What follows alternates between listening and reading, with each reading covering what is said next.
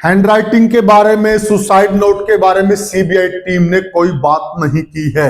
ये एक point note करने वाला है साथियों कि अब जो जांच होगी वो हत्या के एंगल से जांच होगी। नमस्कार साथियों, मैं हूं आपका होस्ट कुलदीप सिंह पुनिया और मैं लेकर चलता हूं आपको न्याय की दुनिया। न्याय की दुनिया की बात करूं साथियों, बेटी मनीषा के लिए पूरा संसार खड़ा हो गया कि बेटी को न्याय मिलना चाहिए। और आज मनीषा मामले में नई अपडेट लेकर आपके सामने हाजिर हुए साथियों। बहुत बड़ी अपडेट है साथियों। जिस बात को सारा देश चाहता था, सारी जनता चाहती थी, उसी तरीके से कार्रवाई आगे बढ़ रही है। सारी चीजें मैं आपको सिलसिलेवार ढंग से एक एक चीज मैं आपको बताऊंगा साथियों। सबसे पहले बड़ी बात क्या साथियों, सीबीआई की टीम ने भी हत्या का मुकदमा दर्ज किया है। बहुत बड़ी बात है ये। सभी लोग चाहते थे कि हत्या के एंगल से जांच की जाए, सीबीआई ने वही किया है, हत्या का मुकदमा दर्ज कर लिया है। अब मैं आपको सिलसिलेवार तरीके से बताता हूं।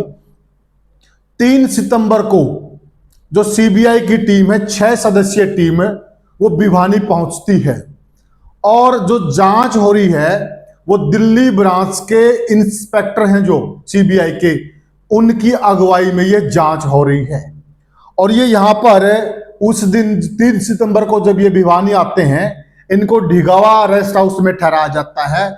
उस दिन ये पुलिस के जो अधिकारी हैं, प्रशासनिक अधिकारी हैं, जो पुलिस पहले से टीम जांच कर रही थी, उन लोगों से मिलते हैं, उनसे सारी जानकारी लेते हैं, सारा बैकअप लेते हैं, उनके पास क्या क्या डेटा है वो सारी जानकारी पहले दिन 3 सितंबर को ये लोग वहां पुरानी जो टीम है पुलिस की, भिवानी टीम से जुटाते हैं। उसके बाद अगले दिन ये जाते हैं मनीषा के प्ले स्कूल में, जहां मनीषा पढ़ाती थी।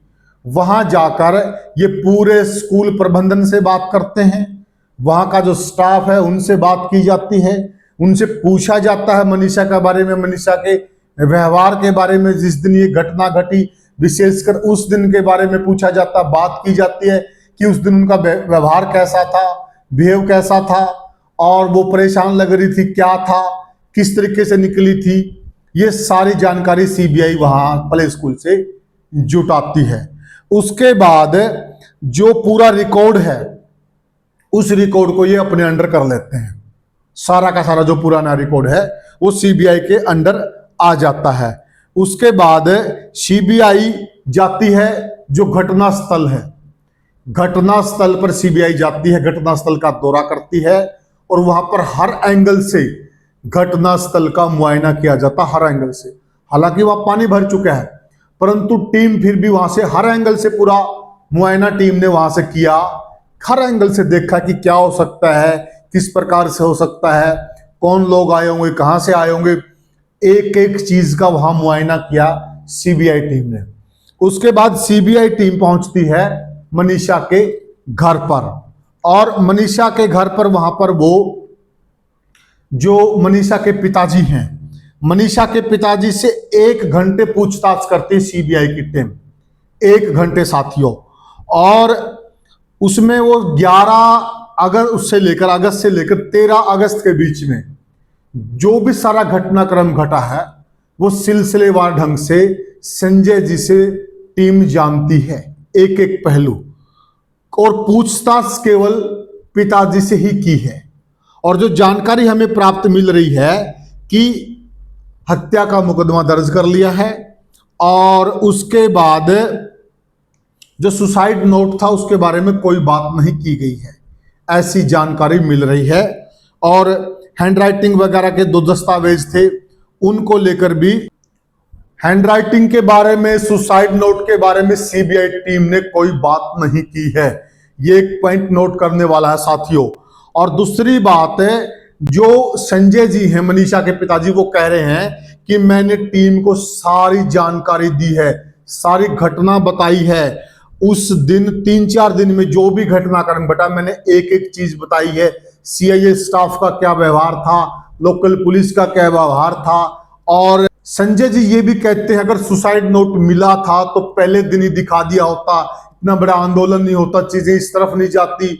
अगर सुसाइड नोट था इतनी देर क्यों लगाई है, फिर वो सीआईए के स्टाफ आता है, वो रजिस्टर लेके जाते हैं, हैंड राइटिंग मिलाते हैं। ये संजय जी बता रहे हैं, सीबीआई से इस विषय पे कोई बात नहीं, वो खुद बता रहे हैं अब कि ये अगर होता तो फिर ये होना चाहिए था।